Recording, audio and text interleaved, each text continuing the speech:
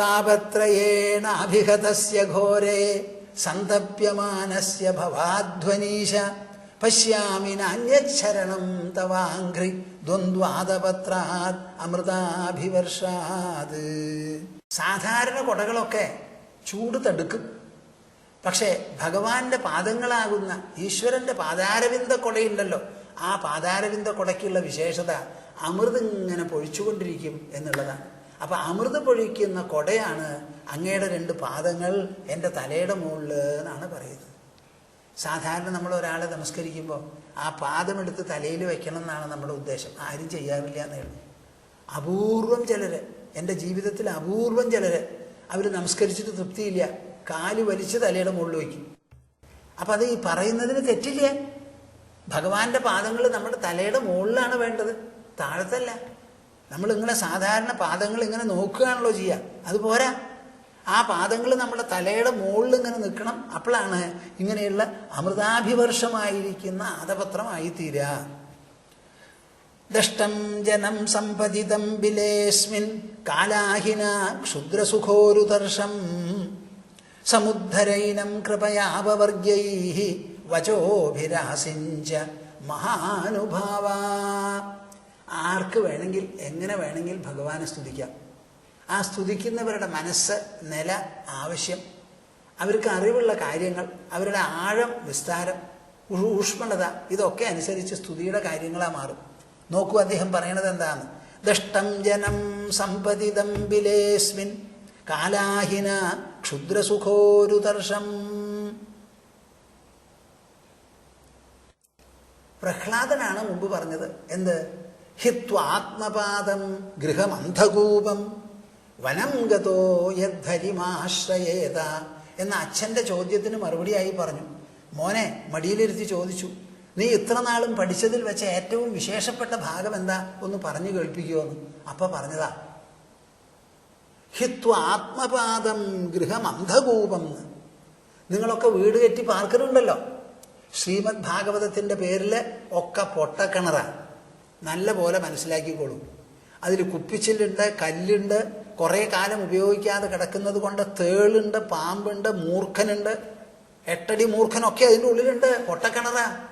ആ പൊട്ടക്കിണറിലാണ് നമ്മൾ താമസിക്കുന്നത്. ഇത് ശ്രീമദ് ഭാഗവതത്തിൻ്റെ ഭാഷയാണ്. 7 വയസ്സായ കുട്ടി അച്ഛൻ്റെ മുൻപിൽ ഒരു കൂസലുമില്ലാതെ പറഞ്ഞതാണ്. ഇവിടെ അതേ വാക്കുത ഉദ്ധവൻ വയസ്സെത്രയായി? 120 വയസ്സായി. കൃഷ്ണപരമാത്മാവിൻ്റെ മുൻപിൽ വെച്ച് പറയുകയാണ്. അവിടെ അച്ഛൻ ആരായിരുന്നു? മഹാവിഷ്ണുവിൻ്റെ ശത്രുവാ. മഹാവിഷ്ണുവിനെ ശത്രുവായി കണക്കാക്കിക്കൊണ്ടിരുന്ന ആളാണ്. ഇവിടെ പറയണതോ ദഷ്ടം ജനം സമ്പതിതം ബിലേസ്മിൻ. ഞാനിപ്പോൾ താമസിക്കുന്നത് ഒരു വീടാണ്, എൻ്റെ സുരക്ഷിതത്വത്തിനാണെന്നാണ് വിചാരിച്ചത്. ഭാര്യ, മക്കള്, കുട്ടികള്, പേരക്കിടാങ്ങൾ ഒക്കെ ആയാൽ വലിയ സുഖമായി എന്നാണ് എൻ്റെ വിചാരം. ഇപ്പം ഞാൻ മനസ്സിലാക്കണത് എന്താ? ഞാനൊരു പൊട്ടക്കിണറ്റിലാണ് താമസിക്കണത്. ആ പൊട്ടക്കിണറ്റിൽ എന്താ? വീണ് കിടക്കുകയാണ്. അവിടുന്ന് രക്ഷപ്പെടാത്താൻ ആരുമില്ല. വെള്ളത്തിൽ വീണാൽ കുറച്ചു നേരം നീന്തിയിരിക്കാം, ഒരു ശബ്ദവും കേൾക്കും. അപ്പം വല്ലവരും വന്ന് വീഴും. അവിടെ ആരെങ്കിലും എന്താ ശബ്ദം എന്ന് കേട്ട്. പൊട്ടക്കിണറ്റിൽ വീണാൽ ഒരു ശബ്ദവും കേൾക്കില്ല, അവിടെ കിടന്നത് തന്നെ. ദഷ്ടം ജനം സമ്പതിതം, അവിടെ വീണ് കിടക്കുകയാണ്. എന്നിട്ടോ കാലാഹിന ദഷ്ടം, കാലം ഇങ്ങനെ ചെല്ലുക, ഒരു സർപ്പത്തെ പോലെ കടിക്കുകയാണ് ഈ കാലം. അപ്പൊ കാലത്തിന്റെ പോക്ക് നമ്മളെല്ലാവരും പറയും. പിറന്നാൾ കൂടി, 60-ാം പിറന്നാൾ, 80-ാം പിറന്നാൾ, ശതാഭിഷേകം എന്നൊക്കെ പറയുന്നുണ്ടല്ലോ. ഉദ്ധവന് പറയാനുള്ളത് അതല്ല. ഓരോ ദിവസം ചെല്ലും തോറും കാലൻ എന്ന് പറയുന്ന സർപ്പത്തിന്റെ കടിയും വിഷവും കൂടി കൂടി വരികയാണ്. ക്ഷുദ്രസുഖോരുതർഷം. മനസ്സിനെ സംബന്ധിച്ചിടത്തോളം ശരീരത്തിനെയാണ് ഈ കാലസർപ്പം കടിക്കുന്നത്. മനസ്സിലോ ക്ഷുദ്രസുഖോരുതർഷം. നിങ്ങൾ ഇതൊക്കെ കേൾക്കുന്നുണ്ടോ കൂട്ടരെ? കേൾക്കുന്നുണ്ടോ? ക്ഷുദ്രമായിരിക്കുന്ന സുഖോരുദർശം. ഈ ക്ഷുദ്രസുഖങ്ങൾ എന്താ? ഈ ക്ഷുദ്രസുഖങ്ങൾ, ഇന്ദ്രിയ സുഖങ്ങളൊക്കെ ക്ഷുദ്രസുഖങ്ങളാണ്. നചികേതസ് യമനോട് പറഞ്ഞ മാതിരിയാ. എന്താ പറഞ്ഞത്? ശോഭാവാമർത്യസ്യ യദന്തകൈതത് സർവേന്ദ്രിയാണാം ജരയന്തി തേജഃ. നമ്മൾ എന്ത് സുഖം ഇന്ദ്രിയങ്ങൾ മുഖേന അനുഭവിച്ചാലും ആ അനുഭവിക്കുന്തോറും ഇന്ദ്രിയങ്ങൾക്കുള്ള തേജസ് കുറഞ്ഞു കുറഞ്ഞു വരികയല്ലാതെ ഒരിക്കലും കൂടില്ല. നിങ്ങൾ കണ്ണുകൊണ്ട് എത്ര മണിക്കൂർ കണ്ടുവോ അത്ര മണിക്കൂർ കണ്ണിൻ്റെ തേജസ് കുറഞ്ഞു. ചെവി കൊണ്ട് എത്ര നേരം നിങ്ങൾ കേട്ടുവോ ആ ചെവിയുടെ തേജസ് കുറഞ്ഞു. അതുപോലെ തന്നെ മറ്റ് ഇന്ദ്രിയങ്ങൾ. അപ്പോൾ വാസ്തവത്തിൽ ഈ ലോകജീവിതം എന്ന് പറഞ്ഞാൽ ഒടുക്കുന്നതാണത്. നമ്മുടെ ശക്തിയെ കാർന്നു തിന്ന് ഒടുക്കുന്നതാണ്. ക്ഷുദ്രസുഖോ ഒരു ദർശം. അങ്ങനെ ക്ഷുദ്രമായിരിക്കുന്ന സുഖത്തിൽ അത്യാശ, അതിക്രമിച്ചിട്ടുള്ള ഒരാശ നമ്മുടെ മനസ്സിലുണ്ട്. ആ അത്യാശ മനസ്സിനെ പിടിച്ചു വിഴുങ്ങുന്നു. ശരീരത്തിലാണ് കാലസർപ്പം ഗ്രസിക്കുന്നത്. മനസ്സിനെ സംബന്ധിച്ചിടത്തോളം ഒരിക്കലും അടങ്ങാത്തതായ ക്ഷുദ്രസുഖോ ഒരു ദർശം, അതിലുള്ള അത്യാർത്തി. അതാണ് സമുദ്ധരൈനം കൃപയാപവർഗൈ. ഇങ്ങനെ ഒരു വിധത്തിലും ഒരു രക്ഷയില്ലാതെ കഷ്ടപ്പെടുന്ന എന്നെ ഏനം സമുദ്ധര, എന്നെ ഉദ്ധരിക്കൂ, കൃപയാ, ദയവായി. ആപവർഗ്യൈഹി വചോഭിഹി ആസിഞ്ച മഹാനുഭാവ. ആപവർഗ്യൈഹി വചോഭിഹി, ഇതൊക്കെ നിങ്ങൾ കേട്ട് ഗ്രഹിക്കേണ്ടതാണ്. നമുക്ക് അഭ്യുദയം, നിശ്രേയസം എന്ന് രണ്ടാണ് ജീവിതത്തിൻ്റെ ലക്ഷ്യം. അഭ്യുദയം എന്ന് പറഞ്ഞാൽ ഭൗതികവും ഐന്ദ്രിയവുമായിരിക്കുന്ന അഭിവൃദ്ധി, സമ്പുഷ്ടി. നിശ്രേയസം എന്ന് പറഞ്ഞാൽ മനസ്സിനും ബുദ്ധിക്കും ശാശ്വതമായി കിട്ടുന്ന സുഖ, സന്തോഷ, തൃപ്തി. ഇതാണ് ഇത് രണ്ടും തമ്മിൽ വ്യത്യാസം. ഒന്ന് ഐന്ദ്രിയമാണ്, മറ്റതോ ആന്തരമാണ്. ആപവർഗ്യൈഹി വചോഭിഹി എന്ന് പറഞ്ഞാൽ മുക്തിജനകം, മോക്ഷജനകം, നിരന്തര സുഖം ജനിപ്പിക്കുന്നത്. അങ്ങനെ നിരന്തര സുഖപ്രദമായിരിക്കുന്ന വാക്കുകൾ കൊണ്ട് ഹേ മഹാനുഭാവ ആസിഞ്ച, ഞാൻ വല്ലാതെ തപിച്ചിങ്ങനെ ഇരിക്കുകയാണല്ലോ, ആ തപ്ത ഹൃദയനായിരിക്കുന്ന എന്നെ അങ്ങയുടെ വാക്കുകൾ കൊണ്ട് കുളിർപ്പിക്കൂ, തണുപ്പിക്കൂ. അതാണ് നമുക്ക് വേണ്ട എയർ കണ്ടീഷൻ എന്നാ പറയുന്നത് ഉദ്ധവൻ. ദഷ്ടം ജനം സമ്പതിദം വിലേസ്മിൻ കാലാഹിന ക്ഷുദ്രസുഖോരു തർഷം സമുദ്ധരൈനം കൃപയാപവർഗ്യൈഹി വചോഭിരാസിഞ്ച മഹാനുഭാവ. കൃഷ്ണന് സന്തോഷമായി. ഞാൻ ഇത്ര നേരം പറഞ്ഞു കൊടുത്ത കാര്യങ്ങൾ എൻ്റെ ഉദ്ധവൻ കണ്ണിലുണ്ണി നല്ല പോലെ മനസ്സിലാക്കിയല്ലോ. ഇത് കേട്ടിട്ട് മനസ്സിലാവണില്ല എന്നല്ല പറയുന്നത്, കേട്ടത് ഗ്രഹിച്ചത് കൊണ്ടാണ് ആ ജ്ഞാനമേഖലയെ, വിപുലമായിരിക്കുന്ന ജ്ഞാനമേഖലയെ, ആ വിജ്ഞാന മണ്ഡലത്തെ ഒന്ന് തുറന്നു തരൂ, എന്നെ നനയ്ക്കൂ എന്നാണ് പറയുന്നത്. ഇതിലധികം ഒരു ഗുരുവിന് എന്താണ് സന്തോഷമുണ്ടാവാനുള്ളത്? നിങ്ങൾ ഭാര്യാഭർത്താക്കന്മാരും കുട്ടികളുമൊക്കെ ആയി ജീവിക്കാനുണ്ടാവാം. ഇടയ്ക്കിടയ്ക്ക് സിനിമയ്ക്കൊക്കെ പോവും കാണാനായിട്ട്, കൂട്ട സിനിമ കാണില്ല ഒക്കെ ചെയ്യാം.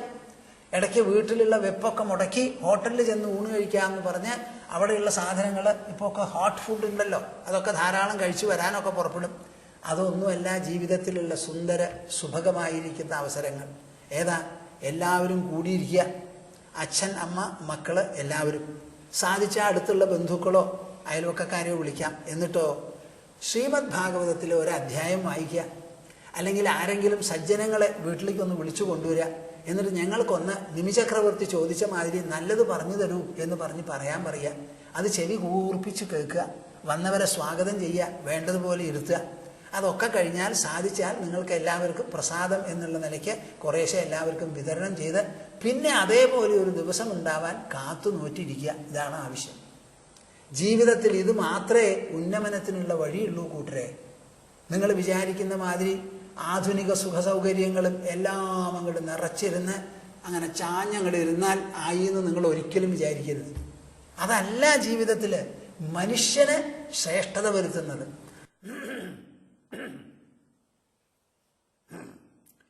മൃഗങ്ങളല്ല നാം, പക്ഷികളല്ല നാം മനുഷ്യരാണ്. നമുക്ക് ഉൾമണ്ഡലമാവണം സുഖിക്കാനും സന്തോഷിക്കാനും സൗഭാഗ്യമണയ്ക്കാനുമുള്ളത്. പുറമേ ഉള്ളതല്ല. ഈ പുറം നമുക്കൊരു സഹായം എന്ന് മാത്രമേ പറയാൻ പറ്റുള്ളൂ. നമ്മുടെ ശരിയായിട്ടുള്ള കേന്ദ്രം ഉള്ളാണ്. ശ്രീ ഭഗവാനുവാച, കൃഷ്ണൻ പറഞ്ഞു, ഇത്തമേതത് പുരാ രാജ ഭീഷ്മം ധർമ്മഭൃതാംബരം അജാതശത്രുഃ പപ്രച്ഛ സർവേഷാം നുശൃണ്വതാം. കൃഷ്ണൻ പറയാണ്, എന്താ പറയണത്?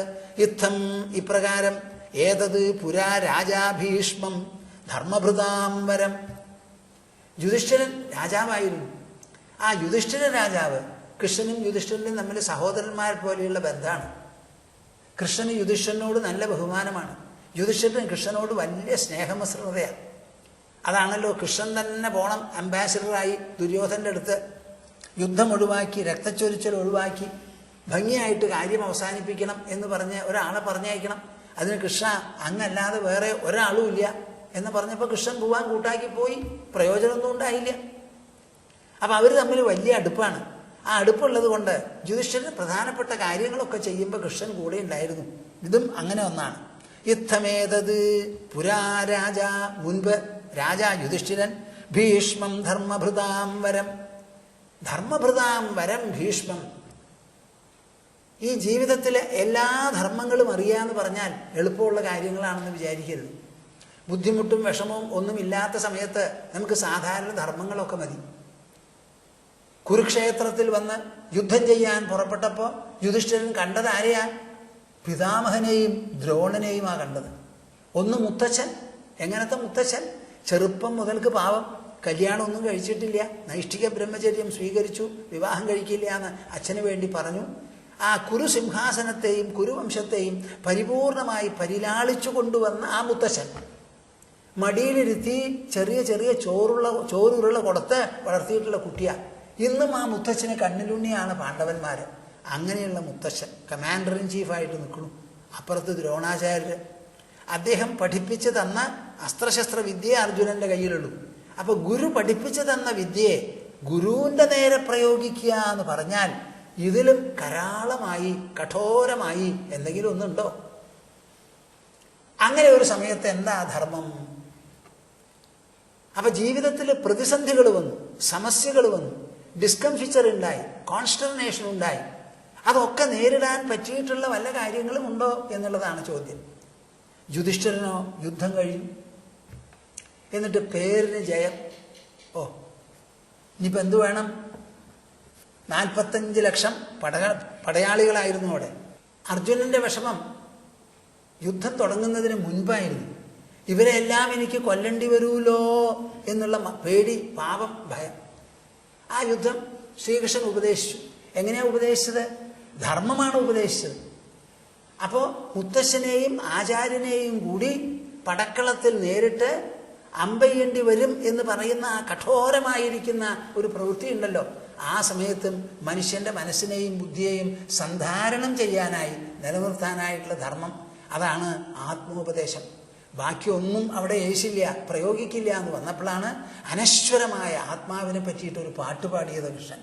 അതിൽ മാത്രമേ സർവ്വധർമ്മങ്ങളും പര്യവസാനിക്കുന്നുള്ളൂ. അവിടുന്ന് അങ്ങോട്ട് ധർമ്മമില്ല. അതാണ്. അപ്പം ഇവിടെ ഭീഷ്മൻ എന്ന് പറഞ്ഞാൽ അദ്ദേഹം എല്ലാ ധർമ്മവും അറിയുന്ന ആളാണ്, ധർമ്മവേത്താവ്, അവരിൽ വെച്ച് ശ്രേഷ്ഠനാണ്. ആ പിതാമഹൻ്റെ അടുത്ത് പോകാൻ എന്താ കാരണം?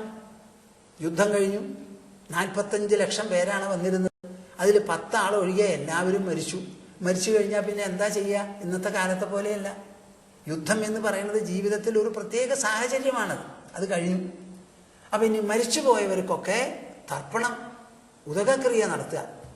അതിനുവേണ്ടി എല്ലാവരും കൂടി ഭാഗീരഥിയിൽ ഇറങ്ങി ഉദകക്രിയ ചെയ്യാൻ പുറപ്പെട്ടപ്പോൾ കുന്തി ദേവി തലയും വിരിച്ചിട്ട് മാറത്തടിച്ചുകൊണ്ട് കരഞ്ഞുകൊണ്ട് നിലവിളിച്ചു വരിക, എൻ്റെ മോനെ കർണൻ നിന്റെ ജ്യേഷ്ഠനും കൂടി ഉദകക്രിയ ചെയ്യുകയെന്ന്. ആ ഒരു വാക്കങ്ങോട്ട് കേട്ടപ്പോൾ കഴിഞ്ഞു പാവം. കർണൻ എൻ്റെ ജ്യേഷ്ഠനും, എൻ്റെ ജ്യേഷ്ഠനും. ഇതെന്തുകൊണ്ട് അമ്മ പറഞ്ഞില്ല ഇത്ര നാളും? ഞാനിത് അറിഞ്ഞിരുന്നെങ്കിൽ യുദ്ധമേ നടത്തിയിട്ടുണ്ടാവില്ല. എല്ലാം കാക്കൽ വെച്ച് നമസ്കരിച്ചിട്ടുണ്ടാവും, ഞങ്ങളെ ഭരിക്കാൻ പറഞ്ഞിട്ടുണ്ടാവും. എന്നായി ആവലാതി സഹിക്കു വയ്യ പാവം. അവിടുന്ന് അങ്ങോട്ട് കരച്ചലും ലഹളിയായി. ഞാൻ സിംഹാസനത്തിൽ ഇരിക്കില്ല, എനിക്ക് രാജ്യം വേണ്ട. ഞാൻ ജയിച്ചിരിക്കുകയല്ല, തോറ്റിരിക്കുകയാണ്, പരാജയപ്പെട്ടവനാണ്. ഞാൻ കാട്ടിൽ ചെന്ന് കായ്കനികൾ കഴിച്ച് തപസ് ചെയ്ത് ജീവിച്ചോളാം. മുമ്പ് പോയത് ചൂത് കളിച്ച് പരാജയപ്പെട്ട് എന്നെ ഓടിച്ചിട്ടാണ് ഞാൻ പോയത്. ഇനി ഞാൻ സ്വമേധയാ ചെല്ലാൻ പോണു എന്നും മറ്റും പറഞ്ഞ് വല്ലാത്ത പുലമ്പലായി. ഓരോരുത്തരായിട്ട് സമാധാനിപ്പിച്ചു. ആര്? ആദ്യം അർജുനൻ, പിന്നെ ഭീമൻ, പിന്നെ നകുലൻ, പിന്നെ സഹദേവൻ. ദ്രൗപദി ഏതാണ്ട് സംസാരിച്ചു. ഒരു ഫലവുമില്ല. നിങ്ങൾ കേൾക്കുന്നുണ്ടോ? ശ്രീകൃഷ്ണൻ സംസാരിച്ചു. ശ്രീകൃഷ്ണൻ സംസാരിച്ചപ്പോഴും ഇല്ല ഫലം. അപ്പൊ വേദവ്യാസർ 4 വാക്ക് പറഞ്ഞു. അപ്പൊ വേദവ്യാസരായതുകൊണ്ട് കുറച്ചൊന്ന് ശ്രദ്ധിച്ചു കേട്ടു. അപ്പൊ വേദവ്യാസർ പറഞ്ഞത് ഒരു പക്ഷേ കൽപ്പിച്ചു കൂട്ടിയിട്ടാവാം. അപ്പം അതിലൊരു സംശയം തോന്നി, തെളിച്ചില്ല. അപ്പം അതെന്താ അതെന്ന് ചോദിച്ചപ്പോൾ വേദവ്യാസന് പറഞ്ഞു, ഈ കാര്യത്തിന് മറുപടി പറയാൻ ഞാനല്ല നല്ലത്, നിന്റെ തന്നെ മുത്തശ്ശൻ ഈ യുദ്ധത്തിന് മുഴുവൻ സാക്ഷിയായി ശരശയ്യയിൽ കിടക്കുന്നുണ്ട്, ഉത്തരായനം പ്രതീക്ഷിച്ചുകൊണ്ട്. ആ മുത്തശ്ശൻ്റെ അടുത്ത് പോയി ചോദിക്ക്, അദ്ദേഹം നിനക്കെല്ലാം വെളിപ്പെടുത്തി തരും. നിന്റെ സംശയങ്ങൾക്കുള്ള മറുപടി മുഴുവനും തരാനുള്ളത് മുത്തശ്ശനാണെന്ന്. ഞാനിത് നിങ്ങളോട് മുൻപ് പറഞ്ഞോന്ന് എനിക്കറിയില്ല, പറഞ്ഞാലും ഒന്നും കൂടി കേട്ടോളൂ. നിങ്ങൾ തന്നെ സ്വയം വായിച്ച് ഓർമ്മ വെച്ച് പഠിക്കേണ്ടതാ. അത് ചെയ്തില്ലെങ്കിലും സ്വാമിജിയുടെ മുഖത്തിൽ നിന്ന് തന്നെ കേട്ടോളൂ. അപ്പൊ യുധിഷ്ഠിരൻ എന്ത് പറഞ്ഞു? അതേ കൃഷ്ണ, ഒരു കാര്യമുണ്ട്, ഞാൻ മഹാപാപിയാണ്. ഈ മുത്തശ്ശൻ്റെ അടുത്ത് പോയി അങ്ങയെ കൊല്ലാൻ എന്താ വഴിയെന്ന് ചോദിച്ച മഹാപാപിയ. അദ്ദേഹം പറഞ്ഞു തന്നു. അങ്ങനെ ഒരാളുടെ മുൻപിൽ ഞാൻ എങ്ങനെ പോയി നിൽക്കും? എന്നാലിപ്പോൾ വേദവ്യാസ മഹർഷി പറയുന്നുണ്ടല്ലോ പോണമെന്ന്, ഞാൻ പോവാം. പക്ഷെ ഞാൻ തന്നെ പോവില്ല, എന്നെ കൂട്ടിക്കൊണ്ടു പോകണം. മാത്രമല്ല എനിക്ക് മുത്തശ്ശനോട് അഭിമുഖ സംഭാഷണം തുടങ്ങാനായി ഒരു സൗകര്യം, ഒരു വേദി ഒരുക്കി തരണം, എന്നാലേ പറ്റുള്ളൂ എന്ന് പറഞ്ഞു. കൃഷ്ണൻ പറഞ്ഞു, ഞാൻ പോവാം, കൂടെ വരാമെന്ന്. അങ്ങനെ കൃഷ്ണൻ പോയി. അങ്ങക്ക് എങ്ങനെയുണ്ട് വേദന? എനിക്കൊരു മുള്ളുകുത്തിയാലും വല്ലാത്ത വേദനയാണ് കാലിൽ എന്നൊക്കെ പറഞ്ഞ് തുടങ്ങി. അങ്ങനെയാണ് ഇവർ തമ്മിൽ സംവാദം തുടങ്ങിയത്. എന്നിട്ട് ഭീഷ്മർ ആ യുദ്ധത്തിൻ്റെ ഒരു പ്രതിനിധി കൂടിയാണെന്ന് നിങ്ങൾ മനസ്സിലാക്കണം. കിടപ്പ് എവിടെയാ? ശരശയ്യയിൽ. ശരീരം മുഴുവനും ശരമാണ്. തല പൊന്തി നിർത്താനായിട്ട് അർജുനനോട് പറഞ്ഞപ്പോൾ 2 അമ്പും കൂടി എഴുതി കൊടുത്തു എന്നാ പറയണേ, തല പൊക്കാനായിട്ട്. അതായിരുന്നു അദ്ദേഹം ആവശ്യപ്പെട്ടത്. അങ്ങനെ അവിടെ കിടക്കുമ്പോൾ അവിടെ നിന്ന് ഉപദേശിച്ചു. ആ ധർമ്മം ഉപദേശിക്കാൻ എങ്ങനെയാ? ഇവിടെ കൃഷ്ണൻ ദ്വാരകയിലിരുന്ന് ഒരു പക്ഷേ സിംഹാസനത്തിലിരുന്നു കൊണ്ടാണ് സംസാരിക്കുന്നത്. അവിടെ ആഡംബരങ്ങളും സൗകര്യങ്ങളും ഒക്കെ ഉണ്ട്. അപ്പുറത്തോ പടക്കളത്തിൽ വീണ് കിടക്കുകയാണ്, ശരശയ്യയിലാണ്, ശരത്തിലാണ് ശയ്യയായിട്ട് കിടക്കുന്നത്. അവിടെ ഇരുന്നിട്ടാണ് ധർമ്മം ഉപദേശിച്ചത്. അജാതശത്രു പപ്രച്ഛ, യുധിഷ്ഠിരൻ അജാതശത്രുവാണ്, ചോദിച്ചു. സർവേഷാം നോനുശൃണ്വതാം. അത് അവർ രണ്ടുപേരും തന്നെ നടന്ന ഒരു സംവാദമല്ല. സഹോദരന്മാരെല്ലാവരും ഉണ്ട്, ഞാനും ഉണ്ട്, വേറെ ചിലരും ഉണ്ട്. ഞങ്ങളെല്ലാം കേട്ടുകൊണ്ടിരിക്കുമ്പോഴാണ് ചോദിച്ചത്. അത് ഞാൻ ഉദ്ധവന് പറഞ്ഞ് മനസ്സിലാക്കി തരാമെന്ന് പറയാം. ഞാനിവിടെ നമ്മുടെ ഉദ്ധവൻ്റെ ഭാഷ, ആ വിവരണം ഉണ്ടല്ലോ, ആ വിവരണം തികച്ചും ഒരു ഓറിയൻ്റൽ സ്റ്റൈലാണ് എന്ന് നിങ്ങളോട് പറയുണ്ടായി. ആ ഓറിയൻ്റൽ സ്റ്റൈൽ എന്ന് പറഞ്ഞാൽ അതിന് വളരെ വിശേഷപ്പെട്ട ഒന്നാണ്. നമ്മളൊരു ഗുരുവിൻ്റെ അടുത്ത് പോയി ഗുരുവിനോട് അഭിസംബോധന ചെയ്യുന്ന സമയത്ത് അതിന് ചില സമ്പ്രദായങ്ങളൊക്കെ ഉണ്ട്. ബ്രഹ്മാനന്ദരസാനുഭൂതി കലിതൈഃ ഭൂതൈഃ സുശീതൈഃ സിതൈഃ യുഷ്മദ്വാക്കലശോജ്ജിതൈഃ ശ്രുതിസുഖൈഃ വാക്യാമൃതൈഃ സേജയാ സന്തപ്തം ഭവതാപദാവദഹനജ്വാലാഭിരേനം പ്രഭോ ധന്യാസ്തേ ഭവദീക്ഷണ ക്ഷണഗതേ പാത്രീകൃതാ സ്വീകൃതാ. എത്ര വിശേഷപ്പെട്ട ഒരു ശ്ലോക. ശാർദൂല വിക്രീഡിതമാണ് ഇതിൻ്റെ വൃത്തം. ആശയഗാംഭീര്യമുള്ള വൃത്തമാണത്. ബ്രഹ്മാനന്ദരസാനുഭൂതി കലിതൈഃ ഭൂതൈഃ സുശീതൈഃ സിതൈഃ യുഷ്മദ്വാക്കലശോജ്ജിതൈഃ ശ്രുതിസുഖൈഃ വാക്യാമൃതൈഃ സേജയാ സന്തപ്തം ഭവതാപദാവദഹനജ്വാലാഭിരേനം പ്രഭോ. ഒരു ശിഷ്യൻ ഗുരുവിൻ്റെ അടുത്ത് പോയിട്ട് പറയണതാണ്, ഹേ പ്രഭോ, പ്രഭുവായുള്ളോവേ. ഇവിടെ ഉദ്ധവൻ എന്താ പറഞ്ഞത്? ഘോരേ സന്തപ്യമാനസ്യ ഭവാധ്വനീശ എന്ന് പറഞ്ഞു. ഇവിടെ ഈ ശിഷ്യൻ പറയണത് എന്താ? സന്തപ്തം, ഞാൻ വളരെ തപിപ്പിക്കപ്പെട്ടവനാണ്. എന്തിനാൽ? ഭവതാപദാവദഹനജ്വാലാഭി. ഈ സംസാരം എന്ന് പറയുന്ന ആ ഭവമുണ്ടല്ലോ, അത് താപദാവദഹന, ഒരു വലിയ വൈൽഡ് ഫയർ, ഒരു കാട്ടുതീ പോലെയാണ് ഈ സംസാരം എന്നെ തപിപ്പിക്കുന്നത്. അങ്ങനെ തപിപ്പിക്കുന്ന അതിൻ്റെ ജ്വാലകൾ, വല്ലാതെ തീയങ്ങട് കത്തിജ്വലിച്ചാൽ അതിൻ്റെ ജ്വാലയാണ്. അങ്ങനെ വലിയ വലിയ നാളങ്ങൾ മേപ്പോട്ട് ഉയർന്ന് ആകാശത്തെ പോലും നക്കി തുടയ്ക്കുന്ന മാതിരിയാണ് അവർ പോവുക. അതിലങ്ങനെ ദഹിപ്പിച്ച് കിടക്കുന്ന എന്നെ അങ്ങ് എന്തു വേണം? ബ്രഹ്മാനന്ദരസാനുഭൂതി കലിതൈഃ ഭൂതൈഃ സുശീതൈഃ സിതൈഃ. ബ്രഹ്മാനന്ദരസാനുഭൂതി. ഒരു തത്വജ്ഞാനിക്കുണ്ടാവുന്ന അസാധാരണവും വളരെ വിശേഷപ്പെട്ടതുമായ അനുഭവം എന്താ? അഭൗമമായിട്ടുള്ളത് ബ്രഹ്മാനന്ദം. ഈ ബ്രഹ്മാനന്ദം എവിടെയാണ് നമ്മൾക്ക് അനുഭവിക്കാൻ പറ്റുക? നമ്മുടെ ഉള്ളിൽ. ആ മനസ്സ് പവിത്രമാവുമ്പോൾ, ബുദ്ധിക്ക് ആശയത്തെളിച്ചം വേണ്ടതുപോലെ വരുമ്പോൾ, ധാരാളം വേണ്ടത്ര വരുമ്പോൾ, നമുക്ക് പുറത്തേക്കുള്ള കുതിപ്പുകളൊക്കെ തന്നെത്താനെ നിൽക്കും. ഇന്ദ്രിയങ്ങളിലൂടെയുള്ള കുതിപ്പുണ്ടല്ലോ, ആ കുതിപ്പങ്ങൾ നിൽക്കും. കണ്ണടച്ച് ശാന്തമായിട്ട് ഇരിക്കാൻ നമുക്ക് തോന്നും. ശാന്തമായിട്ടിരിക്കാൻ തോന്നും. ആ ശാന്തതയിൽ ഉള്ളിൽ നിന്നൊരു ബോയൻസി, ആ ഉള്ളിൽ നിറഞ്ഞുകൊണ്ട് ഒരാനന്ദാതിരേകം നമുക്ക് അനുഭവപ്പെടും. സാധാരണ എല്ലാ ആനന്ദവും മനസ്സിൽ നിന്നാണ്. പ്രപഞ്ചവസ്തുക്കളെ കണ്ട് ആ പ്രപഞ്ചവസ്തുക്കളുമായി സമ്പർക്കം നടത്തുമ്പോൾ ആനന്ദം അനുഭവിക്കുന്നത് പുറത്താണെന്ന് നിങ്ങൾ വിചാരിക്കരുത്. തൊലിയിലല്ല, ഇന്ദ്രിയത്തിലല്ല, ശരീരത്തിൻ്റെ മാംസമേഖലയിലല്ല നമുക്ക് ആനന്ദം. ശരീരം വിട്ട് ചേതനാമയമായിരിക്കുന്ന മനസ്ഥലത്തിലാണ് ആനന്ദം മുഴുവനും. അപ്പം മനസ്സ് രചിക്കുന്ന സുഖവും സന്തോഷവും അല്ലാതെ ഇവിടെ ഒന്നുമില്ല, വിഷയസുഖം എന്നൊന്നുമില്ല. ഇങ്ങനെ വരുമ്പോഴോ ബ്രഹ്മാനന്ദം എന്ന് പറയുന്നത് ഈ വിഷയസമ്പർക്കമില്ലാതെയും വിഷയപ്പതിപ്പുകളില്ലാതെയും മനസ്സ് ശുദ്ധമാവുമ്പോൾ അതിൽ തന്നെത്താനെ പൂർണ്ണ തോതിൽ അനുഭവപ്പെടുന്നതാണ് ബ്രഹ്മാനന്ദം, ആത്മാനന്ദം. ആ ബ്രഹ്മാനന്ദ രസാനുഭൂതി, ആ രസാനുഭൂതിയോടുകൂടി അതിനാൽ പവിത്രമാക്കപ്പെട്ടത് പൂതൈഹി സുശീതൈ സ്ഥിതൈഹി. അരച്ച ചന്ദനത്തിന് നല്ലൊരു തണവുണ്ടാവും. അതുപോലെ അരച്ച ചന്ദനത്തിനെ പോലെ ശീതമായിട്ടുള്ളതും. എന്തിനായി വിശേഷണം നൽകിയിരിക്കുന്നത്? യുഷ്മദ്വാക്കലശോജ്ജിതൈ ശ്രുതിസുഖൈ വാഹ്യാമൃതൈ സേജയ. തപിച്ചിരിക്കുന്ന ഒരു മനസ്സ്, ആ മനസ്സിനെ തണുപ്പിക്കാൻ എന്തു വേണം? ആ മനസ്സിൽ ചെന്നെത്താവുന്നതായ എന്തെങ്കിലും തണുത്ത വെള്ളമോ ചന്ദനമോ. ഇപ്പൊ ചന്ദനം അരച്ച് പുരട്ടിയാൽ ശരീരത്തിനെ ആയുള്ളൂ, മനസ്സാണ് അവിടെ തപിക്കുന്നത്. അപ്പം മനസ്സിലേക്ക് പ്രവേശിച്ച് ചെല്ലാൻ സാധിക്കുന്നത് എന്താ? വാക്കലശോജ്ജിതൈ. അങ്ങയുടെ മുഖകമലത്തിൽ നിന്ന് നിർഗളിക്കുന്നതായ ആ വാക് ഗംഗയുണ്ടല്ലോ, വാഗ്ഗംഗ, അതാണ് എനിക്ക് വേണ്ടത്. അത് എങ്ങനത്തതാ? ശ്രുതിസുഖൈ. ബാക്കിയുള്ളവർ സംസാരിക്കുമ്പോൾ ഈ ലോകവർണ്ണനേ ഉണ്ടാവുള്ളൂ. ലോകത്തിൻ്റെ മഹത്വം, ലോകത്തിൻ്റെ മേന്മ, അതിൻ്റെ ആകർഷണം, അതിൻ്റെ സൗന്ദര്യം, ഇതൊക്കെ കാണിച്ചുകൊണ്ടാണ് നമ്മുടെ സിനിമകളും എല്ലാം തന്നെ. ഇവിടെ അങ്ങനെയല്ല. ശ്രുതിസുഖൈ. നമ്മുടെ വേദങ്ങളുണ്ടല്ലോ, അനാദിയായ വേദങ്ങൾ, അതിൽ പ്രത്യേകിച്ചും ഉപനിഷത്തുകൾ. ആ ഉപനിഷത്തുകൾ പ്രഖ്യാപിക്കുന്നതും ഉദ്ഘോഷിക്കുന്നതും വിളംബരപ്പെടുത്തുന്നതും ഊന്നി പറയുന്നതും ആഹ്വാനം നൽകുന്നതുമായ അന്തസ്സുഖ കാര്യങ്ങൾ, ആത്മാഹ്ലാദ വിവരണങ്ങളുണ്ടത്. ആ ആത്മാഹ്ലാദ വിവരണങ്ങൾ ധാരാളം ഉൾക്കൊള്ളുന്നതായ വാക്യാമൃതൈ. വാക്യമാകുന്ന അമൃത് കൊണ്ട് സേജയ, നനയ്ക്കൂ. എന്തിനെ?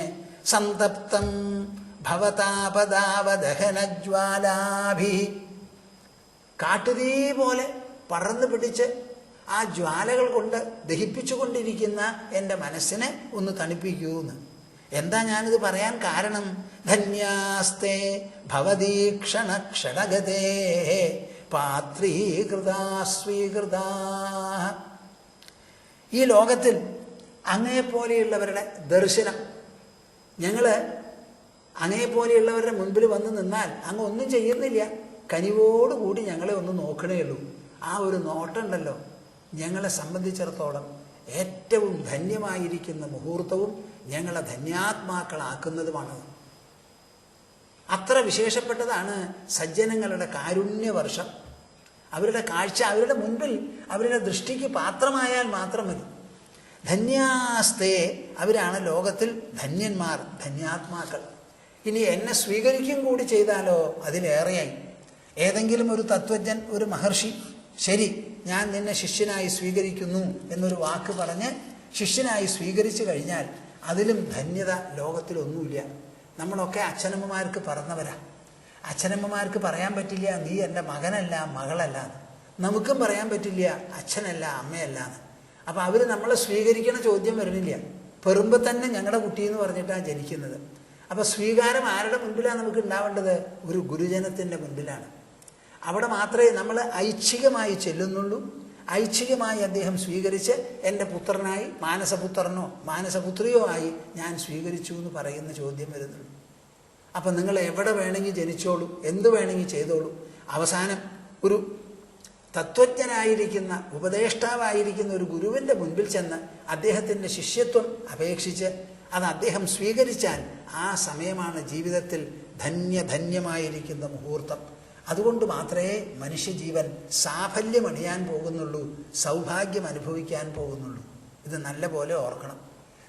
ഇതിൽ പറഞ്ഞിട്ടുള്ള ആ വിവരണം ഉണ്ടല്ലോ, ആ വിവരണം നിങ്ങൾക്ക് എവിടെയെങ്കിലും വെസ്റ്റേൺ ലിറ്ററേച്ചറിലോ മറ്റോ കാണാൻ പറ്റുമോ? പറ്റില്ല, വളരെ അപൂർവമാണ്. അപ്പോൾ ഇങ്ങനെയുള്ള വാക്കുകൾ പ്രയോഗിച്ച് ഒരു ശിഷ്യൻ എഴുതണമെങ്കിൽ എന്തായിരിക്കണം അദ്ദേഹത്തിൻ്റെ മനസ്സിലുള്ള അനുഭവം? ശങ്കരാചാര്യർ ഉപായപ്പെട്ട ആളല്ല, വലിയ ഒരു പണ്ഡിതനാണ്, ഒരു ഭാഗത്ത് വലിയ ഒരു തത്വജ്ഞാനിയാണ്. നമ്മുടെ രാജ്യത്തിൽ ആസകലം നടന്ന് എല്ലാ ദിക്കിലും ചെന്നെത്തി പല തത്വസിദ്ധാന്തങ്ങളെയും നേരിട്ട് അവസാനം ആ വേദാന്തം എന്ന് പറയുന്ന ആ ഉപനിഷത്ത് സിദ്ധാന്തം വേണ്ടതുപോലെ സമർത്ഥിച്ച് എല്ലാവർക്കും ലഭ്യമാക്കി തന്ന ഒരു അതിമാനുഷനായിരിക്കുന്ന ഒരു ആചാര്യനാണ് ശങ്കരാചാര്യൻ. അദ്ദേഹമാണ് ഈ നിലയ്ക്കുള്ള വർണ്ണന വിവരണത്തിന് രൂപം നൽകിയിട്ടുള്ളത്. നിങ്ങളൊന്ന് ആലോചിച്ച് നോക്കൂ, മനുഷ്യ ജീവിതത്തിൽ ഏറ്റവും അധികം വിലപ്പെട്ടത് എന്താണ്? വിലപ്പെട്ടത് അധ്യാത്മ ജീവിതമാണ്. ആ അധ്യാത്മ സമ്പന്നതയുള്ള ഒരാളുടെ അടുത്ത് നമ്മൾക്ക് ചെന്ന് പെട്ടാൽ അത് തന്നെ വിശേഷം. ഈ മുക്തി സുധാകരത്തിന് എന്തെങ്കിലും ഒരു പ്രത്യേകത ഉണ്ടെങ്കിൽ അത് ഇതാണ്. എന്താ? ശ്രീമദ് ഭാഗവതത്തിൻ്റെ ഏകാദശ സ്കന്ധം കൃഷ്ണ പരമാത്മാവ് ഉദ്ധവൻ ഉപദേശിച്ചത്, വേദവ്യാസ മഹർഷി എഴുതി വച്ചത്, അത് അതേമാതിരി ഒരു പരമഹംസ പദത്തിലിരുന്ന് നിങ്ങളെ എല്ലാവരെയും പരീക്ഷിത്താണെന്ന് കണക്കാക്കി ഞാൻ പറയുന്നുണ്ടല്ലോ. ഇതാണ് ഇതിൻ്റെ പ്രത്യേകത. ആ പറയുന്നത് മുഴുവനും നിങ്ങൾ ഓരോരുത്തരുടെയും ഉള്ളിലുള്ള മനസ്സിനെയും ബുദ്ധിയെയും അഹങ്കാരത്തെയും അന്തരാത്മാവിനെയും സംബന്ധിക്കുന്ന കാര്യങ്ങളാണ്. പറയുന്നതിൻ്റെ ഉദ്ദേശം എന്താ? ഓരോ വാക്കും പ്രേക്ഷകരുടെ മനസ്സിൽ പതിഞ്ഞ് ആ മനസ്സിനെ പവിത്രമാക്കണം, ശുദ്ധമാക്കണം, അടിച്ചു തൂത്ത് വെടുപ്പാക്കണം, സദ്ഗുണങ്ങൾ നിറയ്ക്കണം, ബുദ്ധിക്ക് ആശയ തെളിച്ചമുണ്ടാവണം, ആലപാച്ചൽ എന്നേക്കുമായി കുറയണം, നിർത്തണം. ഭഗവാന്റെ പേരിൽ ഓടി നടക്കരുത്. ഭഗവാൻ അന്തരാത്മാവാണെന്ന് മനസ്സിലാക്കണം. ആ അന്തരാത്മാവായി ജീവരൂപത്തിൽ നിങ്ങളുടെ ശരീരത്തെ ഉജ്ജീവിപ്പിച്ചുകൊണ്ട് പ്രവർത്തനക്ഷമമാക്കിക്കൊണ്ടിരിക്കുന്ന ആ അന്തരാത്മാവിൽ ഈ പ്രേക്ഷകന്മാരുടെ മനസ്സും മുഴുവനും അങ്ങനെ ഒട്ടിപ്പതിഞ്ഞ് ചക്കമുളഞ്ഞു പോലെ ഇരിക്കണം എന്നാണ് എൻ്റെ വിചാരം. ബ്രഹ്മാനന്ദരസാനുഭൂതി കലിതൈഃ പൂതൈഃ സുഷിഹിതൈഃ സിതൈഃ യുഷ്മദ്വാക്കലശോജ്ജിതൈഃ ശ്രുതിസുഖൈഃ വാക്യാമൃതൈഃ സേജയാ സന്തപ്തം ഭവതാപദാവദഹനജ്വാലാഭിരേനം പ്രഭോ ധന്യാസ്തേ ഭവദീക്ഷണക്ഷണഗതേ പാത്രീകൃതാ സ്വീകൃതാ. ഒരു ഗുരു ശിഷ്യനായിട്ട് സ്വീകരിച്ചു എന്ന് പറഞ്ഞാൽ നിങ്ങൾക്ക് ജന്മസാഫല്യം വന്നതുപോലെയാണ്. അത്ര വിശേഷപ്പെട്ടതാണ്. നിവൃത്തേ ഭാരതേ യുദ്ധേ സുഹൃന്നിധന വിഹ്വലഃ ശ്രുത്വാ ധർമാൻ ബഹൂൻ പശ്ചാത് മോക്ഷധർമാൻ അപൃച്ഛതാ. നിവൃത്തേ ഭാരതേ യുദ്ധേ ഞാൻ പറഞ്ഞു കഴിഞ്ഞതാണ്. ഭാരതയുദ്ധം പരിസമാപിച്ചതിന് ശേഷം സുഹൃന്നിധന വിഹ്വലഃ സുഹൃത്തുക്കളെയെല്ലാം കൊന്ന് മനസ്സ് അത്യന്തം വിഹ്വലമായപ്പോൾ ശ്രുത്വാ ധർമാൻ ബഹൂൻ പശ്ചാത് പല കാര്യങ്ങളെക്കുറിച്ചും ഭീഷ്മപിതാമഹൻ ഉപദേശിച്ചു. അതെല്ലാം കേട്ടതിന് ശേഷം തൃപ്തിയായില്ല അത്രേ. മോക്ഷധർമാൻ അപൃച്ഛത. അവസാനം മോക്ഷധർമ്മം എന്താണെന്ന് എനിക്ക് അറിയണമെന്ന്. ആരായി ചോദിക്കുന്നത്? യുധിഷ്ഠിരൻ. എപ്പോഴാ? മഹാഭാരത യുദ്ധം കഴിഞ്ഞ് ജയിച്ചതിന് ശേഷം സിംഹാസനത്തിൽ ഇരുന്ന് രാജ്യം ഭരിച്ച് സുഖഭോഗങ്ങൾ അനുഭവിക്കുന്നതിന് മുൻപാണ് ഈ ചോദിക്കുന്നത്. മോക്ഷധർമ്മം എനിക്കറിയണമെന്ന്. നിങ്ങൾ എന്തു വേണം? ഒക്കെ കഴിഞ്ഞതിന് ശേഷം ശവക്കുഴി മാത്രം ബാക്കിയുള്ള സമയത്ത് ഞാൻ കുറച്ച് ഭാഗവതം വായിക്കാം, ഒരു സപ്താഹം കേട്ടുകളയാം എന്നല്ല നിങ്ങൾ വിചാരിക്കേണ്ടത്. സിംഹാസനത്തിൽ ഇരിക്കുന്നതിന് മുൻപ് ആ രാജകീയമായിട്ടുള്ള പദവി ഉണ്ടല്ലോ, അത് ഉൾക്കൊള്ളുന്നതിന് മുൻപിലാണ് ഇത് ചോദിച്ചതെന്ന്. അപ്പം ജീവിതം എന്ന് പറയുന്ന യാത്ര തുടങ്ങുന്നതിന് മുൻപോ എത്രയും വേഗമോ ആണ് ഇങ്ങനെയുള്ള കാര്യങ്ങളൊക്കെ കേൾക്കേണ്ടത്.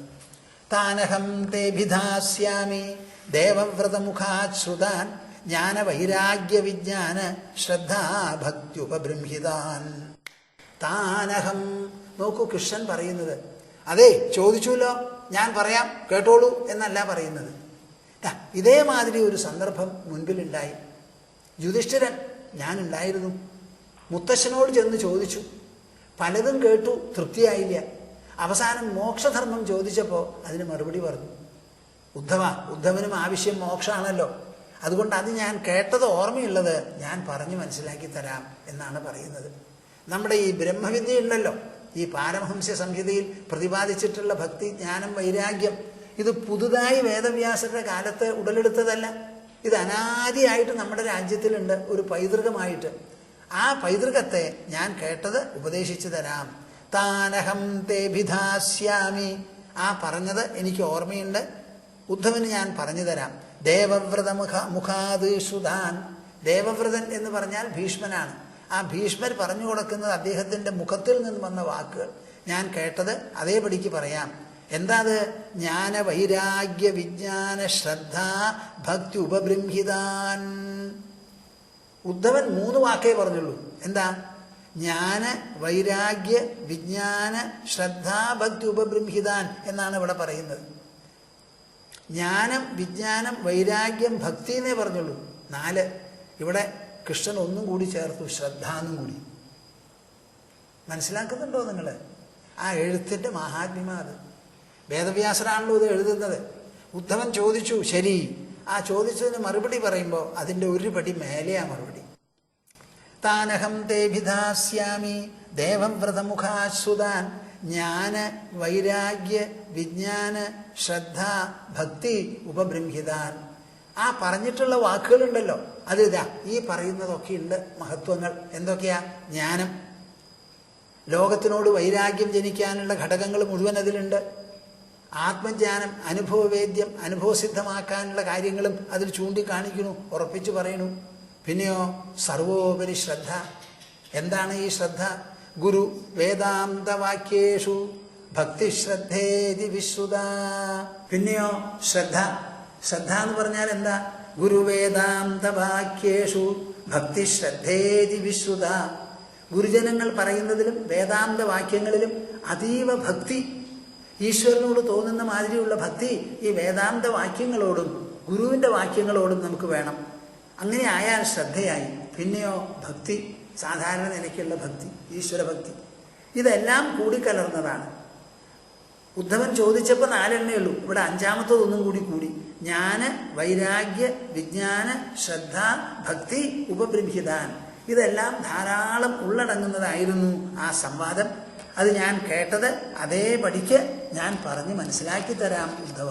ന വൈകാദശ പഞ്ചത്രീൻ ഭാവാൻ ഭൂതേഷു യേന വൈ ഈക്ഷേദാഥൈകമപ്യേഷു തജ്ഞാനം മമ നിശ്ചിതം. എനിക്ക് ജ്ഞാനം പറഞ്ഞു തരണം എന്ന് പറഞ്ഞു, വിജ്ഞാനം വേണം എന്ന് പറഞ്ഞു. അങ്ങനെ ഓരോന്ന് ചോദിച്ചതിന് ഓരോന്നായി കൃഷ്ണൻ മറുപടി പറയുകയാണ്. ആദ്യം പറയുന്നത് ജ്ഞാനമാണ്. എന്താ ഈ ജ്ഞാനം? ജ്ഞാനം എന്നുള്ള വാക്കിന് അറിവ് എന്ന അർത്ഥമുണ്ട്. പക്ഷേ ഈ പശ്ചാത്തലത്തിൽ ജ്ഞാനം എന്ന് നാം പറയുന്നത് എന്തിനാ? അതാണ് ഇവിടെ വിവരിക്കുന്നത്. ന വൈകാദശ പഞ്ചത്രീൻ ഭാവാൻ ഭൂതേഷു യേന വൈ ഈക്ഷേത അഥ ഏകമപ്യേഷു തജ്ഞാനം മമ നിശ്ചിതം. ഇതിനെയാണ് എൻ്റെ അഭിപ്രായ പ്രകാരം ജ്ഞാനം എന്ന് പറയേണ്ടത്. എന്താ? നിങ്ങളെല്ലാവരും ശ്രദ്ധിക്കണം. എന്താ ശ്രദ്ധിക്കേണ്ടത്? ഈ ഭൂമുഖത്ത് അനവധി ജീവജാലങ്ങളുണ്ട്, മനുഷ്യരുമുണ്ട്. മനുഷ്യരാശി എണ്ണം കൊണ്ട് നോക്കിയാൽ ബാക്കി എല്ലാറ്റിനെയും താരതമ്യപ്പെടുത്തി നോക്കുമ്പോൾ നമ്മുടെ സംഖ്യ വളരെ അധികമൊന്നുമില്ല.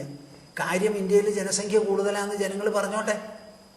ഈ ജനസംഖ്യ മറ്റ് ജീവജാലങ്ങളെ പരിശോധിച്ച് നോക്കിയാൽ, എണ്ണി നോക്കിയാൽ കൊതുവിൻ്റെ നമ്പർ എത്രയുണ്ട് ഇവിടെ? തവള എത്രയുണ്ടാവും? അപ്പം നമ്മുടെ സംഖ്യ വളരെ കുറവാണ്. അവർക്കെല്ലാവർക്കും ഉണ്ട് നമ്മളെപ്പോലെ ഒരു ശരീരം, ഇന്ദ്രിയങ്ങളും ഉണ്ട്, നമുക്കും ഉണ്ട്.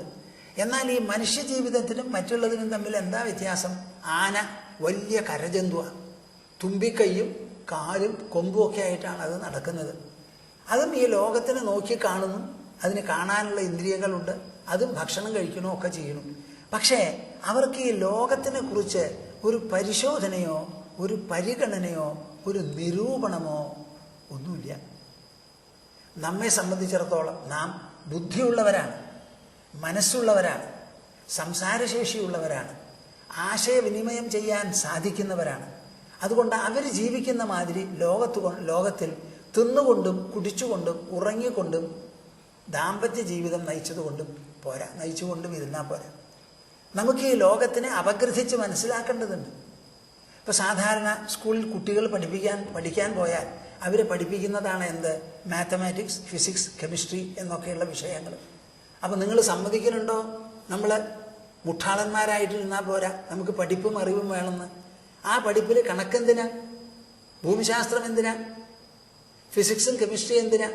കെമിസ്ട്രിയിൽ ഈ ലോകത്തിൽ ഇത്ര എലിമെൻസ് ആണെന്ന് പറഞ്ഞ് 140 140 120 എലിമെൻസ് ഉണ്ട് എന്ന് പറയുന്നു. അപ്പം അതൊരു അപഗ്രഥനമാണ്. മനുഷ്യൻ അങ്ങനെ കാര്യങ്ങളെ അപഗ്രഥിച്ച് നിശ്ചയിക്കണം. നമ്മൾ താമസിക്കുന്ന ഭൂമി വൃത്താകൃതിയിലാണെന്നുള്ളത് കണ്ടുപിടിക്കാൻ കുറേ കാലം കഴിയും. അതിങ്ങനെ ചുറ്റിത്തിരിയുന്നുണ്ട് എന്ന് കണ്ടുപിടിക്കാൻ പിന്നെ കുറേ കാലം. സൂര്യനെ പ്രദക്ഷിണം വയ്ക്കുന്നുണ്ട് എന്ന് പറയാൻ പിന്നെ കുറേ കാലം. അപ്പം നമ്മൾ നിരീക്ഷണം ചെയ്ത് ജീവിക്കേണ്ടവരാണ്. അപ്പം മനുഷ്യനായി ജനിച്ചാൽ നിങ്ങളെല്ലാവരും അധ്യാത്മജ്ഞാനം വളർത്താൻ പഠിച്ചേ മതിയാവൂ. നിങ്ങളുടെ കുട്ടികളെ എവിടെ വേണമെങ്കിൽ നിങ്ങൾ പഠിപ്പിച്ചോളും. ഉദ്യോഗം കിട്ടി, ക്യാമ്പസ് ഇൻ്റർവ്യൂവിൽ ഒരു ഉദ്യോഗം കിട്ടാൻ സാധിച്ചു എന്ന് വരാം. പക്ഷേ അതുകൊണ്ട് മനുഷ്യത്വമായില്ല. അച്ഛനമ്മമാരും കുടുംബസ്ഥരുമായിരിക്കുന്ന നിങ്ങളുടെ ഒഴിച്ചുകൂടാത്ത ചുമതലയാണെന്ന് ഞാനിതാ നിങ്ങളെ കൊണ്ട് പ്രതിജ്ഞ ചെയ്യിക്കാൻ ആവശ്യപ്പെടുന്നു. ഒഴിച്ചുകൂടാൻ പറ്റാത്ത ചുമതലയാണ് ജ്ഞാനം കുട്ടികളിൽ ഉണ്ടാക്കുക. ഏത് ജ്ഞാനം? ശ്രീമദ് ഭാഗവതം പരാമർശിക്കുന്ന ജ്ഞാനം. എൻ്റെ അഭിപ്രായത്തിൽ ഇതാണ് എന്നാണ് നിശ്ചയം എന്നാണ് പറയുന്നത്. എന്ത്? നവൈകാദശ പഞ്ചത്രീൻ ഭാവാൻ ഭൂതേഷു ഏനവൈ. ഈ ലോകം എന്ന് പറഞ്ഞാൽ ഈ കെമിസ്ട്രി എലിമെൻസിനെ കണ്ടുപിടിച്ച മാതിരി നമുക്ക് ചില പഠിപ്പുകളൊക്കെ ഉണ്ട്, ചില നിരൂപണങ്ങൾ. എന്താ? പ്രകൃതി, പുരുഷൻ, മഹത്ത്, അഹങ്കാരം, ഇങ്ങനെ 4 എണ്ണം. പ്രകൃതി എന്ന് പറയുന്നത് നമ്മളെ വലയം ചെയ്തും നമ്മളെ അകപ്പെടുത്തിയും നിൽക്കുന്നതായ ഒരു സംഘാതം, ഒരു കോമ്പോസിറ്റ് എൻറ്റിറ്റി എന്ന് പറയുക. അതാണ് പ്രകൃതി. ഈ പ്രകൃതി വാസ്തവത്തിൽ ദ്രവ്യവും ഊർജവും കൂടി ഉണ്ടായിട്ടുള്ളതാണ്.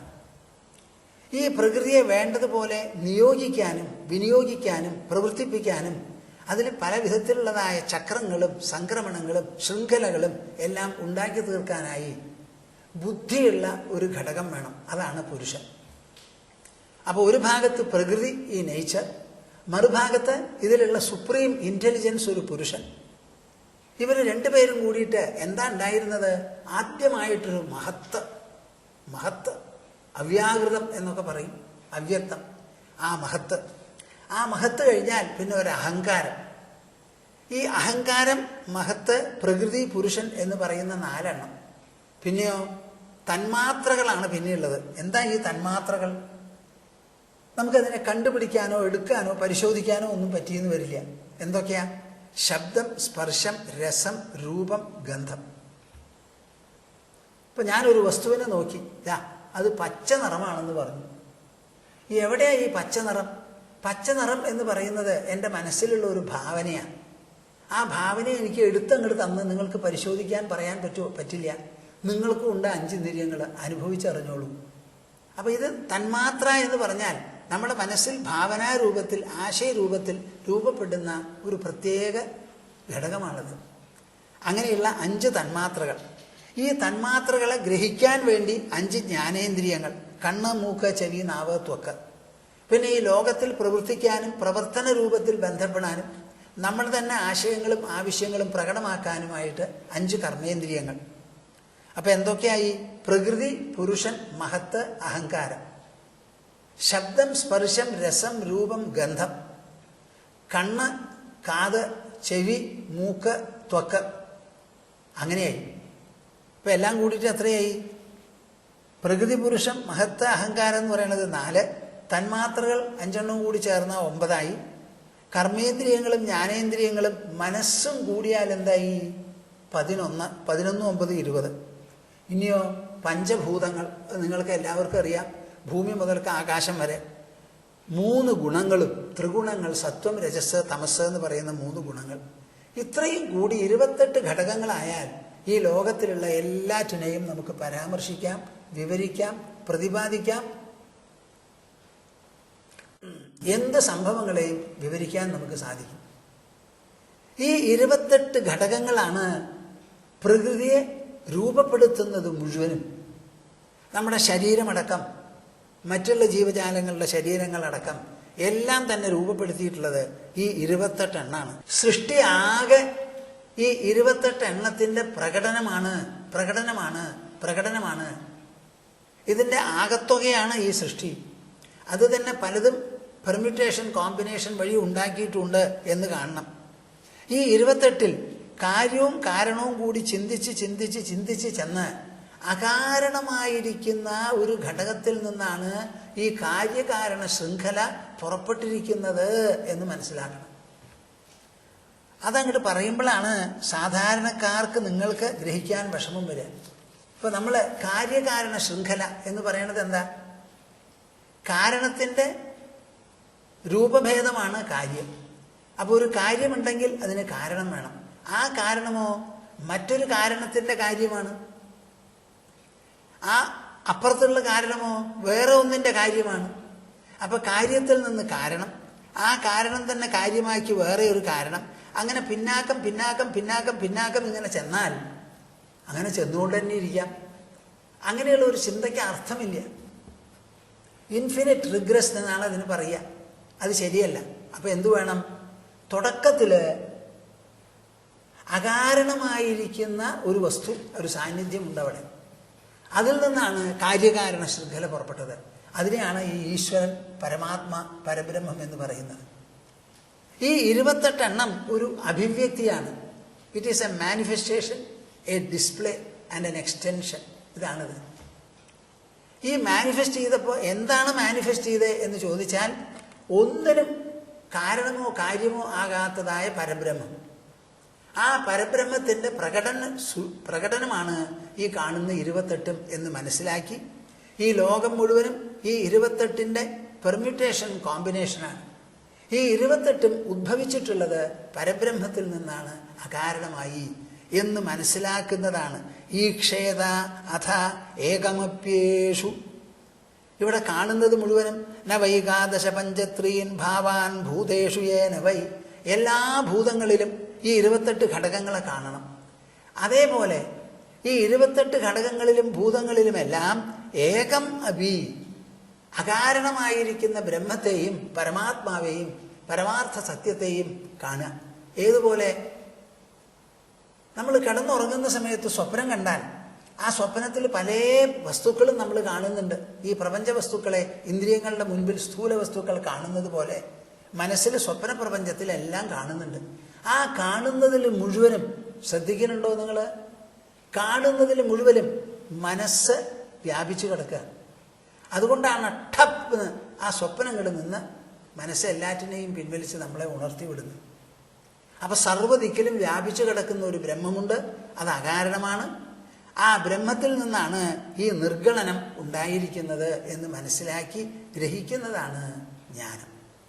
അപ്പോൾ ഇതൊരു കുട്ടിക്ക് പോലും നിങ്ങൾ പറഞ്ഞ് മനസ്സിലാക്കണം. ഇത് പറഞ്ഞ് മനസ്സിലാക്കുന്നത് ഒരു ലബോറട്ടറിയിൽ കൊണ്ടുപോയി എക്സ്പെരിമെൻ്റ് ചെയ്തിട്ടൊന്നുമല്ല. ഇത് നമ്മുടെ ബുദ്ധി നിശ്ചയിച്ചിട്ടുള്ളതായ തീരുമാനങ്ങളാണ്. പ്രകൃതി എന്ന് പറഞ്ഞാൽ എന്ത്, പുരുഷൻ എന്ന് പറഞ്ഞാൽ എന്ത്, തന്മാത്രകളെന്ത് ഏത് കുട്ടിക്കും അറിയാമല്ലോ. ശബ്ദം, സ്പർശം, രസം, രൂപം, ഗന്ധം. കണ്ണുണ്ടെങ്കിൽ അതിനറിയാം രൂപം എന്താണെന്ന്, കാതുണ്ടെങ്കിൽ അറിയാം ശബ്ദം എന്താണെന്ന്, മൂക്കുണ്ടെങ്കിൽ അറിയാം അതിന് മണം എന്താണെന്ന്, നാവുണ്ടെങ്കിൽ രുചി, ത്വക്കുണ്ടെങ്കിൽ സ്പർശം. ഇത് തന്മാത്രകളാണ്. എന്താണ് ഈ സ്പർശം എന്ന് പറഞ്ഞാൽ? അതോ ഉടനെ പോയി ചോദിച്ച ആളെ ആ കുട്ടിയെ തൊടും, ഇതാണ് സ്പർശം. അല്ലാണ്ട് അതിന് വേറെ തെളിവില്ല. ഈ ഇന്ദ്രിയങ്ങൾ മൂലം അനുഭവിച്ചറിയേണ്ട കാര്യങ്ങളാണത് മുഴുവൻ. അനുഭവവേദ്യമാണ്. നവൈകാദശ പഞ്ചത്രീൻ ഭാവാൻ ഭൂതേഷു യേന വൈ ഈക്ഷേത അഥൈകമപ്യേഷു തജ്ഞാനം മമ നിശ്ചിതം. ഇങ്ങനെ പറയുമ്പോൾ എന്താ സംഭവിക്കുന്നത് എന്നറിയാമോ? ഈ ലോകം മുഴുവനും സാധാരണ നമ്മൾ ഒരു വീട്ടിൽ താമസിക്കുമ്പോൾ വീടിനെ പറ്റി മാത്രമേ ചിന്തിക്കുള്ളൂ. നമ്മുടെ മനസ്സങ്ങോട്ട് വികസിക്കുക. നമ്മൾ താമസിക്കുന്നത് പ്രകൃതിയുടെ ഗർഭത്തിലാണ്. ഈ പ്രകൃതി എന്ന് പറയുന്നത് പുരുഷൻ പ്രേരിപ്പിച്ചും നിയോഗിച്ചും പ്രവർത്തിക്കുന്നതാണ് ഈ പ്രകൃതി. ഇതെല്ലാം കൂടി ഒരു 28 ഘടകങ്ങളാണ്. ഇതിൻ്റെ പിന്നിൽ ഒരു പരബ്രഹ്മമുണ്ട് എന്ന് പറയുമ്പോൾ നമുക്ക് ഈ ലോകത്തിനെ പറ്റിയും നമ്മളെ പറ്റിയും ധാരണ തന്നെ മാറിപ്പോകും. മറ്റത് തങ്ങളും പെങ്ങളും സഹസ്രഭോജനം ഇതാണ് നമ്മുടെ അഭിപ്രായം. അതൊക്കെ അങ്ങോട്ട് മാറി ഒരു നല്ല കാഴ്ചപ്പാട്. You will be able to strike an impartial and an impersonal outlook with regard to everything in life. അമൂർത്തവും പക്ഷഭേദപരവും അല്ലാത്തത്, അമൂർത്തവും പക്ഷഭേദപരമല്ലാത്തതുമായ ഒരു കാഴ്ചപ്പാട് നമ്മുടെ മനസ്സിലുണ്ടാവും. ഏതദേവ ഹി വിജ്ഞാനം ന തഥൈകേന യേന യത് സ്ഥിത്യുത്പത്യപ്യയാൻ പശ്യേത് ഭാവാനാം ത്രിഗുണാത്മനാം. ഉദ്ധവൻ ചോദിച്ചത് ജ്ഞാനം വിജ്ഞാനസഹിതം എന്നാണ് ചോദിച്ചത്. ജ്ഞാനം എന്താണെന്ന് പറഞ്ഞു തരണം, വിജ്ഞാനം എന്താണെന്ന് പറഞ്ഞു തരണം, പിന്നെ വൈരാഗ്യവും ഭക്തിയും വേണം എന്നാണല്ലോ ചോദിച്ചത്. അതിൽ ജ്ഞാനം എന്താണെന്ന് പറഞ്ഞു. ജ്ഞാനത്തിൽ എന്താ പറഞ്ഞത്? 28 ഘടകങ്ങൾ കൂടിയതാണ് നമ്മെ ചുറ്റും വലയം ചെയ്ത് നിൽക്കുന്നതും നമ്മളെ ഉൾപ്പെടുത്തുന്നതുമായ സൃഷ്ടിവിശേഷം എന്ന് പറഞ്ഞു. ഇനി വിജ്ഞാനം എന്താണെന്ന് ചോദിച്ചാൽ ഇങ്ങനെ വിവിധ ഘടകങ്ങളുണ്ട് എന്നുള്ള നില മനസ്സിൽ നിന്ന് പോകണം. വിവിധ ഘടകങ്ങൾ ഉണ്ടെങ്കിലും എല്ലാറ്റിലും വ്യാപിച്ചു കിടക്കുന്നുണ്ട് ഒരു സത്യം എന്ന് പറഞ്ഞല്ലോ. അപ്പൊ 2 എണ്ണമായി അവിടെ. സംഘാതം എന്ന് പറയുന്ന 28 എണ്ണം, ആൻ അഗ്രിഗേറ്റ്. ആ അഗ്രിഗേറ്റിൽ വ്യാപിച്ചു കിടക്കുന്ന ഒരു സാന്നിധ്യം. അപ്പോൾ പ്രധാനപ്പെട്ട 2 എണ്ണമായി അവിടെ. ഈ പ്രകൃതി എന്ന് പറയുന്നത് മാറ്റങ്ങൾക്ക് വിധേയമായിട്ടുള്ളതാണ്, അനുക്ഷണം മാറിക്കൊണ്ടിരിക്കുന്നതാണ്. ആ മാറിക്കൊണ്ടിരിക്കുന്ന ഒരു സംഘാതത്തിൽ അതിൻ്റെ അധിഷ്ഠാനമായി ഈ മാറ്റങ്ങൾ വരുത്തി തീർക്കുന്നതുമായ ഒരു 29ാമത്തെ സർവവ്യാപിത്വമുണ്ട് എന്നുള്ള ഈ വേർതിരിച്ച് കാണുന്നതാണ് ജ്ഞാനം. വിജ്ഞാനം എന്ന് വരുമ്പോഴോ ഏതദേവ ഹി വിജ്ഞാനം ന തഥാ ഏകേന ഏനയത് സ്ഥിത്യുത്പത്യപ്യയാൻ പശ്യേത് ഭാവാനാം ത്രിഗുണാത്മനാം. ഈ ത്രിഗുണങ്ങൾ വരുത്തി തീർക്കുന്ന മാറ്റങ്ങൾ അനവധി ഉണ്ട് എന്നുണ്ടെങ്കിലും ആ അനവധി മാറ്റങ്ങൾ ഉള്ളത് വാസ്തവമല്ല. ആ അനവധി എന്നുള്ള നില അങ്ങോട്ട് പോയി ഒന്ന് മാത്രമായി കാണണം. ആ ഒന്ന് മാത്രമായി കാണാൻ സാധിക്കുമ്പോഴാണ് വിജ്ഞാനം ഉണ്ടാവുന്നത്. ഇത് സാധ്യമാണോ എന്ന് നിങ്ങൾ സംശയിക്കും. അപ്പൊ ചുരുക്കി പറഞ്ഞാൽ എന്താ? ഈ എല്ലാറ്റിനെയും കാണുന്നവര് ലോകത്തിൽ എല്ലാവരും ഉണ്ട്. മൃഗങ്ങളും പക്ഷികളും നമ്മളെപ്പോലെ തന്നെയാണ് കാണുന്നത്. അവർക്ക് ഭൂമി ഭൂമി തന്നെയാണ്, ഒരു മരം മരം തന്നെയാണ്, പുഴ പുഴ തന്നെയാണ്. ഒരു നായിനെയും കൂട്ടി നിങ്ങൾ പോകും. അങ്ങനെ പോയിക്കൊണ്ടിരിക്കുന്ന സമയത്ത് ഒരു പുഴ കണ്ടാൽ നമ്മൾ കാണുന്നത് പോലെ ആ നായും ആ പുഴയെ കാണും, ആ വെള്ളം കാണും. വെള്ളത്തിൽ അത് ഇറങ്ങില്ല, നമ്മളും ഇറങ്ങില്ല. അതിന് കിടക്കാനും നടക്കാനും പറ്റില്ല എന്നറിയാം. അപ്പം നമ്മെ പോലെ തന്നെ പ്രകൃതി ഘടകങ്ങളെ അനവധിയായി കാണുന്നു മൃഗങ്ങളും പക്ഷികളും. പക്ഷെ നമ്മൾക്കുള്ളൊരു വിശേഷം എന്താ എന്ന് പറഞ്ഞാൽ ഇതിലെല്ലാറ്റിലും കൂടി വ്യാപിച്ചു കിടക്കുന്ന ഒരു സത്താവിശേഷമുണ്ട്, ഈശ്വരൻ അല്ലെങ്കിൽ അന്തരാത്മ എന്നുള്ളൊരു ധാരണ കൂടുതലായി നമുക്കുണ്ട്. അതുവരെ ശരിയാണ്. അവിടുന്ന് അങ്ങോട്ട് കടന്നു പറയുകയാണ് ആര്? കൃഷ്ണൻ. സർവഭൂതേഷു ഏനൈകം ഭാവം അവ്യയമീക്ഷതേ അവിഭക്തം വിഭക്തേഷു തജ്ഞാനം വിദ്ധി സാത്വികം എന്ന് ഭഗവത്ഗീതയിൽ പറഞ്ഞിട്ടുണ്ട്. സർവഭൂതേഷു ഏനൈകം ഭാവം അവ്യയമീക്ഷതേ അവിഭക്തം വിഭക്തേഷു തജ്ഞാനം വിദ്ധി സാത്വികം. ജ്ഞാനം സാത്വികമാണ്, രാജസമാണ്, താമസമാണ്. അതിൽ താമസവും രാജസവും അവിടെ ഇരിക്കട്ടെ, ഭിന്ന ഭിന്നമായിട്ടിരിക്കുന്നത്. സാത്വികത്തിൽ എന്താ? എല്ലാ ഭൂതങ്ങളിലും അവ്യയം, ഒരു വിധത്തിലും വ്യയമോ നാശമോ ക്ഷതിയോ സംഭവിക്കാതെ ഇരിക്കുന്ന ഒരു വസ്തുവുണ്ട് എന്നിങ്ങനെ. അതെങ്ങനെ? അവിഭക്തം വിഭക്തേഷു. എല്ലാം ഇവിടെ വിഭജിച്ച് വ്യത്യസ്തമായിട്ടാണ് കാണുന്നത്. ആ വ്യത്യസ്തമല്ലാതെ ആകാശം എങ്ങനെ ബാക്കി 4 ഭൂതങ്ങളിലും ഇടതൂർന്ന് വ്യാപിച്ചു കിടക്കുന്നുവോ അതുപോലെ ഇടതൂർന്ന് വ്യാപിച്ചു കിടക്കുന്ന ഒരു സത്താവിശേഷമുണ്ട് എന്നിങ്ങനെ കാണുന്നതാണ് സാത്വിക ജ്ഞാനം. അതും കൂടി പോയിട്ട് ഇവിടെ ഒന്ന് മാത്രമേ ഉള്ളൂ എന്ന് നമുക്ക് അനുഭവപ്പെടണം. ഇത് ഞാൻ പറഞ്ഞ് മനസ്സിലാക്കി തരാം. മനസ്സിലാക്കി തന്നാൽ നിങ്ങളത് ഉൾക്കൊള്ളുമോ എന്നുള്ളതാണ് സംശയം. പലപ്പോഴുമായിട്ട് ഞാൻ പറഞ്ഞിട്ടുണ്ട്, ഇപ്പോഴൊന്നും കൂടി പറയാം എന്നേ പറയാൻ പറ്റുള്ളൂ. ഇപ്പോൾ പറയുമ്പോൾ എന്ത് ഭാഷയാണ് എൻ്റെ വായിന്ന് വരിക എന്ന് എനിക്ക് തന്നെ അറിയില്ല. നിങ്ങൾ കേൾക്കുന്ന പോലെ ഞാനും കേൾക്കാം എന്നേ പറയാൻ പറ്റുള്ളൂ. അല്ലാതെ ഞാനിത് ആലോചിച്ചു കൂട്ടി പറഞ്ഞൊപ്പിക്കാൻ ഇവിടെ വന്നിരിക്കണതല്ല. ക്യാമറ നോക്കിയിട്ടാണ് സംസാരിക്കുന്നത്. നിങ്ങളുടെ മുഖങ്ങൾ എനിക്ക് കാണാൻ പറ്റില്ല. അപ്പോൾ പറയണം, ഗ്രഹിപ്പിക്കണം എന്നൊരു വിചാരം എൻ്റെ മനസ്സിലുണ്ട്. അതുകൊണ്ട് ഞാൻ അങ്ങോട്ട് പറയാം, കേട്ടോളൂ. ഇവിടെ പലതുണ്ടോ എന്നുള്ളതാ ചോദ്യം. ഇല്ല എന്നാണ് സ്വാമിജിക്ക് പറയാനുള്ളത്. എങ്ങനെയാ ഈ പലതില്ല എന്നുള്ളത് സ്വാമിജി പറയുക, തെളിയിപ്പിക്കുക എന്ന് ചോദിച്ചാൽ ഓർത്തോളൂ, നമ്മുടെ അനുഭവം മുഴുവൻ എവിടെയാ? പുറത്തോ അകത്തോ? നിങ്ങൾ ഉറപ്പിച്ചങ്ങോട്ട് പറയും. എനിക്കൊരു ശരീരമുണ്ട് എന്നുള്ളതൊരു അറിവല്ലേ നിങ്ങളുടെ? ആ അറിവ് ശരീരത്തിലാണോ, അതോ എനിക്കൊരു ശരീരമുണ്ട് എന്നുള്ള ബോധം ബോധതലത്തിലോ? ശരീരം എന്ന് പറയുന്നത് ദ്രവ്യവും ഊർജവും കൂടി ഉണ്ടായതാണ്. It's an aggregate of matter and energy. ദ്രവ്യത്തിനുമില്ല ബുദ്ധി, അറിവ്. എനർജിക്കുമില്ല ബുദ്ധിയും അറിവ്. അപ്പോൾ ദ്രവ്യവും ഊർജവും കൂടിയിട്ടുള്ള ശരീരത്തിന് ഉണർവോ അറിവോ അനുഭവമോ ഉണ്ടാവോ? ഉണ്ടാവില്ല. അപ്പോൾ എനിക്കൊരു ശരീരമുണ്ട് എന്നുള്ള അറിവ്, ഒരു ഉണർവ് ശരീരത്തിലല്ല ജനിക്കുന്നത് എന്ന് സമ്മതിക്കാതെ നിവൃത്തിയില്ലല്ലോ. എന്തു പറയുന്നു പ്രേക്ഷകരെ നിങ്ങൾ? എനിക്കൊരു ശരീരമുണ്ട്. കൂരി ഇരുട്ടിൽ കണ്ണടച്ചങ്ങോട്ടിരിക്കും.